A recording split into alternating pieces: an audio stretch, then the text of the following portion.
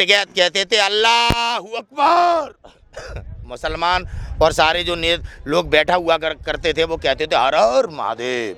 जब बाबा टिकैत कहते थे हर हर महादेव तो हिंदू कहते थे अल्लाहू अकबर। ये हमारे देश की सभ्यता है कि 150 विधायक दीदी के मेरे संपर्क में है, सरकार बनते ही ममता की सरकार गिर जाएगी। गिरा पाए? शेर नहीं है, शेरनी। देश उस समय ये नहीं समझ पाया कि जो मेन स्ट्रीम मीडिया है, अंजन ओम कश्यप, रूप का लियाकत, सुधीर चौधरी, रोहित सरदाना, रजत शर्मा, ये एंकर आखिरकार देश का चौथा स्तंभ नहीं, भारतीय जनता पार्टी के प्रवक्ता हैं। ये एंकर कभी टुकड़े टुकड़े गैंग स्टूडेंटों को कह देते थे, जैसे आज हमारे किसान है सारे आतंकवादी खालिस्तानी। देख लो जी, सरकार बहुत बड़े षड्यंत्र को रच रही है। कहीं ना कहीं किसानों के आंदोलन में किसानों के खिलाफ षड्यंत्र चल रहा है। गोधरा कांड जैसा समझौता एक्सप्रेस में जो बम ब्लास्ट हुए थे, साध्वी आज सांसद है और पूर्णतः आज़ादी से घूम रही है। और ये आतंकवादी हैं, इनके बहुत बड़े बड़े कॉन्टैक्ट हैं। अंग्रेज़ों के मुंह पे हम चांटा मार के दिखाएंगे इस देश के नौजवान कि ये देश आज़ाद है और आज़ाद रहेगा। चाहे तुम्हारे कितने भी चाटुकार संगी इस देश में कुछ भी कर लें, लेकिन गुलाम नहीं बना सकते। संविधान जिंदाबाद था, संविधान जिंदाबाद है और संविधान जिंदाबाद रहेगा।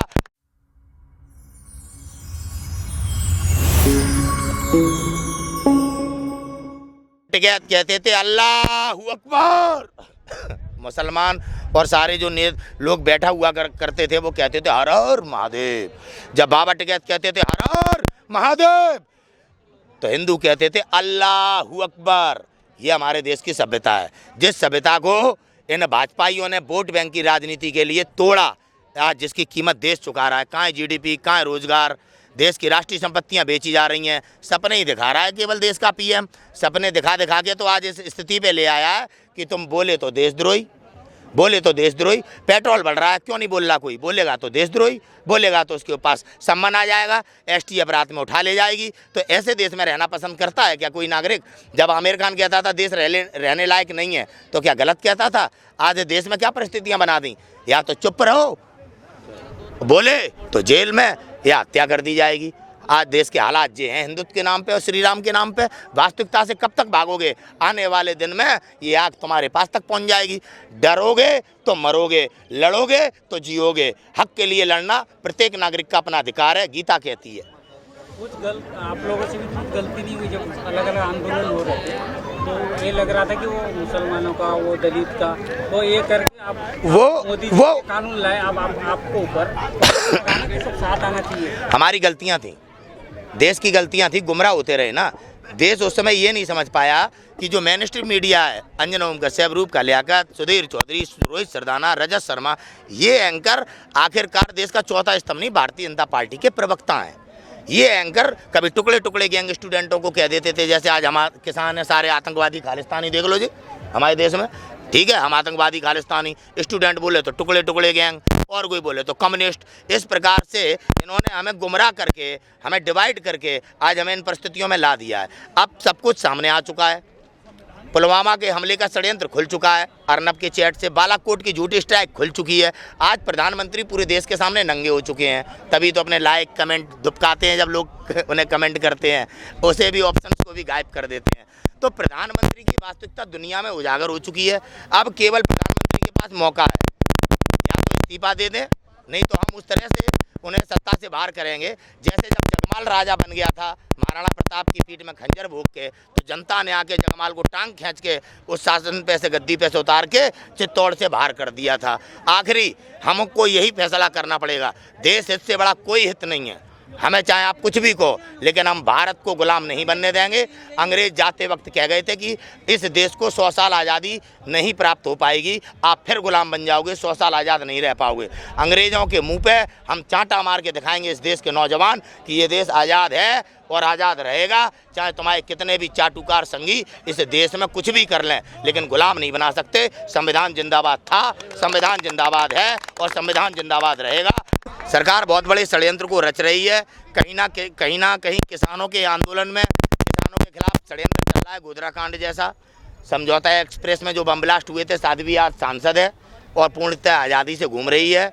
और ये आतंकवादी हैं, इनके बहुत बड़े बड़े कॉन्टैक्ट हैं। हमारे देश के किसान के साथ बहुत बड़ी साजिश सरकार कर रही है। पूरे देश को इस बात को समझना पड़ेगा।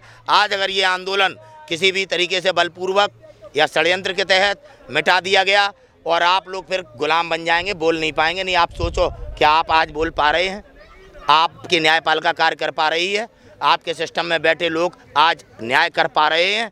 सभी मुद्दों पे देश के प्रत्येक नागरिक को चिंतन करना चाहिए। महंगाई से गरीबों को मारा जा रहा है, किसानों को कमज़ोर किया जा रहा है, आम नागरिक इस महंगाई से बड़ा परेशान है, जिसे नज़रअंदाज करके आप लोगों को धर्म के नाम पे गुमराह करके एक तरह से इस स्तर पे लाया जा रहा है कि आप आवाज़ उठाने योग्य बचे ही ना।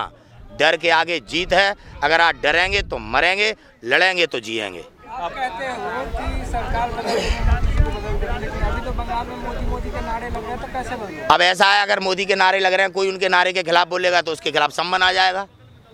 दबाव देखिए ना आप कैसा पड़ा है। महंगाई के खिलाफ कोई बोल रहा है? केवल वो लोग बोल रहे हैं जो महंगाई का सपोर्ट कर रहे हैं, और उनके खिलाफ जो बोलेगा उसको जाकर रात में एसटीएफ उठा लेगा, उसके खिलाफ मुकदमा लग जाएगा, उसके परिवार को उत्पीड़न पहुंचाई जाएगी। अब आप देखिए, महंगाई बढ़ा के 5 राज्यों में चुनाव लड़ रहे हैं। आप चुनाव आयोग को देखिए, कई जगह पर चुनाव हैं, कई राज्यों में एक बार में ही चुनाव हैं। जितनी सीटें बंगाल में उतनी सीटें और राज्यों में भी वहाँ एक बार में चुनाव है। ममता दीदी के गढ़ को कैसे बांटा गया है? ये चरण इतने 8 क्यों हुए हैं? केवल ममता दीदी का जो गढ़ है, हर पार्टी का गढ़ होता है, ममता दीदी के गढ़ को डिवाइड करने में इतने ज़्यादा 8 वहाँ पे चरण चुने गए हैं। तो ये कितनी गंदी राजनीति ये चुनाव आयोग नहीं कर सकता, ये अमित शाह ने किया है। क्योंकि अमित शाह जानता है ना, गढ़ है, चुनाव आयोग को थोड़ी मतलब है। चुनाव आयोग को तो चुनाव कराना है। एक चुनाव की बात करते हैं मोदी, देश में एक चुनाव करवाएंगे, और देखो साहब, ममता दीदी के डर के मारे 8 चरण में हो रहा है। हिम्मत है इस मोदी में, 56 इंच की छाती है, तो एक चरण में बंगाल में चुनाव करवा ले, दूसरे दिन गिनती करवा ले। ये तो चाहते हैं कि शांतिपूर्ण हो, इसीलिए ऐसा किया। बहाना है शांतिपूर्ण हो। मंदिर के नाम पे तो कहते हो तुम, देखो एक भी कोई बोल पाया? हो गया फैसला। अब चुनाव के नाम पे कह रहे हो, दंगे का बहाना ले रहे हो। इनकी असलियत क्या है? इनका क्या चक्कर है यार? अपने हिसाब से सब सही है, वास्तविकता तो कभी बात करते नहीं। एक चरण में आप बंगाल में चुनाव कराओ और 2 दिन बाद गिनती करा लो, तुम्हारी औकात तुम्हें मालूम पड़ जाएगी। 0 से 1 भी कर लो तो मुझसे बात कर लेना, ठाकुर हूँ मैं, मुँह चमड़ा दूंगा। आदि अगर एक सीट निकल आए, आ जाओ चुनाव कर लो एक चरण में बंगाल में। चैलेंज दे रहा हूँ अमित शाह को, करवा दे चुनाव एक चरण में, करवा दे। क्या आप ये कहना चाहते हैं कि election commission of India Amit Shah के अंडर में काम कर रही है? क्यों बिहार में नहीं देखा आपने? अंडर में काम नहीं कर रही, गिनती रुक जाती है, चालू हो जाती है, फिर ढकोसला रोता है चुनाव आयोग। चुनाव आयोग जवाब क्यों नहीं देता बातों का जहां गलती होती है? चुनाव आयोग निष्पक्षता क्यों नहीं दिखाता? आप रिकॉर्डिंग क्यों नहीं करवाते? माना मशीन में दिक्कत है तो आप रिकॉर्डिंग तो करवा सकते हैं। वो रिकॉर्डिंग तो चुनाव आयोग के पास रहेगी। रिकॉर्डिंग के माध्यम से पता किया जा सकता है ना कि वोट कहाँ जा रहा है। भाई ईवीएम कहीं दे, संदेह है ईवीएम पे, लेकिन रिकॉर्डिंग से तो अब मालूम पड़ेगा उंगली कहाँ दब रही है, वोट गिना जाएगा ना। आ जाए चुनाव आयोग, सामने क्यों नहीं आता है? करे रिकॉर्डिंग। हर जगह पे जहाँ पे ईवीएम लगे हैं वहाँ पे रिकॉर्डिंग कैमरा लगना चाहिए और वहाँ पे दिखना चाहिए वोट आदमी कहाँ डाल रहा है। सार्वजनिक करने की क्या जरूरत है? लेकिन जब संदेह किया जाए तो रिकॉर्डिंग आप दिखाइए। आओ निष्पक्षता पे जो आप बात करते थे पारदर्शिता की, क्यों नहीं आता मोदी पारदर्शिता पे? क्यों नहीं आ रहा अमित शाह पारदर्शिता पे? जो ईवीएम चोरी हुए वो ईवीएम कहाँ हैं? ये लंबे समय दे के ईवीएमों को बदल के चुनाव के नतीजे आप बनाते हैं, फिर कहते हैं कि बहुमत प्राप्त है, महिलाओं ने वोट दिया। बिहार में कैसे मोदी को मालूम कि महिलाओं ने वोट दिया? चुनाव आयोग को मालूम है महिलाओं ने वोट दिया? कहाँ से देखा मोदी ने कि महिलाओं ने मोदी को वोट दे दिया? सर्वे कौन सा यार? सर्वे इनके सर्वे जो प्रवक्ता बैठे इनके चैनल चुनाव लड़ने से पहले 2014 में चुनाव लड़ने से पहले 22 चैनल खरीद लिए थे, उनके सर्वे मानोगे? और जो सर्वे दिखाते हैं असली पत्रकार, उन्हें देश छोड़ के भागना पड़ रहा है। अभी एबीपी न्यूज़ के पत्रकार ने इस्तीफा क्यों देना पड़ा उसे? 1 लाख की नौकरी पे कोई लात मार देगा? यहाँ पे खाकी वर्दी वाले 40,000 की नौकरी में तो गुलामी कर रहे हैं, और वो देखो राष्ट्र हित में 1 लाख की नौकरी छोड़ के आ रहा है। अरे जी अपनी वर्दी बचाने डोल रहे हैं, हम देश बचाने के लिए यहाँ खड़े हैं। दुर्भाग्य ये है कि हमारे बेटे हमारे खिलाफ खड़े हैं। हमारे देश की सेना आज देख नहीं रही। कहाँ क्यों पुलवामा हमला आज तक सामने नहीं आया? क्योंकि आज जमीर मर चुका है लोगों का। आज वो भारत के लिए नहीं जी रहे, आज वो अपने नौकरी के लिए जी रहे हैं, स्वार्थी और लालची बन चुके हैं। तभी आज हमारे देश में ये संकट है, तभी आज हमारे देश में ये संकट है। वो आदमी ना जो स्वार्थ के लिए जो जॉब कर रहा है तो वो भी जॉब छोड़ देगा, सबके सब बहिष्कार करेगा। आप जब संविधान की शपथ खाते हैं और आप जब खाकी पहन लेते हैं तो आप देश के हो जाते हैं, किसी के बाप के नौकर नहीं होते कि कोई नेता आपको लात मार के भगा देगा। एक आईपीएस की इतनी औकात होती है कि इन जैसे गुजरात के गृह मंत्री को जेल में डाल दिया था। आज दुर्भाग्य की देश में लालची, स्वार्थी, भ्रष्टाचारी लोग हमारे बड़े बड़े पदों पे हैं। जो संजीव भट्ट जैसा आईपीएस आज जेल में है, वरना अमित शाह को जेल में भी खाकी नहीं डाला था। आज खाकी क्यों? अपने किसानों पे गोली चलाने के लिए तैयार है। नेताओं के खिलाफ इन्हें डर लगता है। क्यों? कपिल मिश्रा एक खाकी वर्दी को बगल में खड़ा होकर कहता है ट्रंप के जाने के बाद हम दंगा करा देंगे, और वो स्पेक्टर में खड़ा है, सुनना है। इससे बड़ा दुर्भाग्य और प्रमाण क्या दूं मैं देश को? ये लोग दंगा कराते हैं, पुलिस गाड़ी तोड़ती है, पुलिस तिरंगे पे लाठी चला रही है। क्या ये देश की पुलिस है? क्या ये भारत के संविधान की पुलिस है जो शपथ खा के आई, जो हमारे तिरंगे पे, इस तिरंगे के लिए ही बलिदान दिया है देश के सभी क्रांतिकारियों ने? जब मुगलों ने देश गुलाम बनाया था तो राजपूतों ने दगा किया था महाराणा के साथ, और उनने अपना मुगल ध्वज लहराया था। 600 वर्ष की गुलामी के बाद जब इस देश के क्रांतिकारियों ने देश आज़ाद कराया तो उनने तिरंगा झंडा था हमारा मान सम्मान स्वाभिमान, जिसमें केसरिया भी है, वाइट भी है, सभी रंग हैं जो हमारे देश की एकता का प्रतीक हैं, और वही हमारा मान सम्मान है। अरे ऐसे कोई हिंदू राष्ट्र आप हिंदू राष्ट्र कह रहे हो, कोई खालिस्तान कह रहा है, कोई मूल निवासी कह रहा है, सारे देशद्रोही हैं। हिंदू राष्ट्र कहने वाले भी देशद्रोही हैं, खालिस्तान की मांग करने वाले भी देशद्रोही हैं। ये धर्मनिरपेक्ष भारत है। गीता में भी कहीं ना हिंदू राष्ट्र लिखा है, ना रामायण में हिंदू राष्ट्र लिखा है। ये दो कौड़ी के कौन से लोग हैं जो हिंदू राष्ट्र के नाम पे देश में देशद्रोह कर रहे हैं, लेकिन इन्हें राष्ट्रभक्त कहा जाता है? कौन सी मेंटलिटी है? हिंदू राष्ट्र जितना बड़ा राष्ट्रद्रोह है उतना ही बड़ा खालिस्तानी राष्ट्रद्रोह है। ये कैसे अपने हमारे देश में टुकड़े करके अपना देश बनाएंगे भाई? ये भारत है, ये भारत है और भारत ही रहेगा।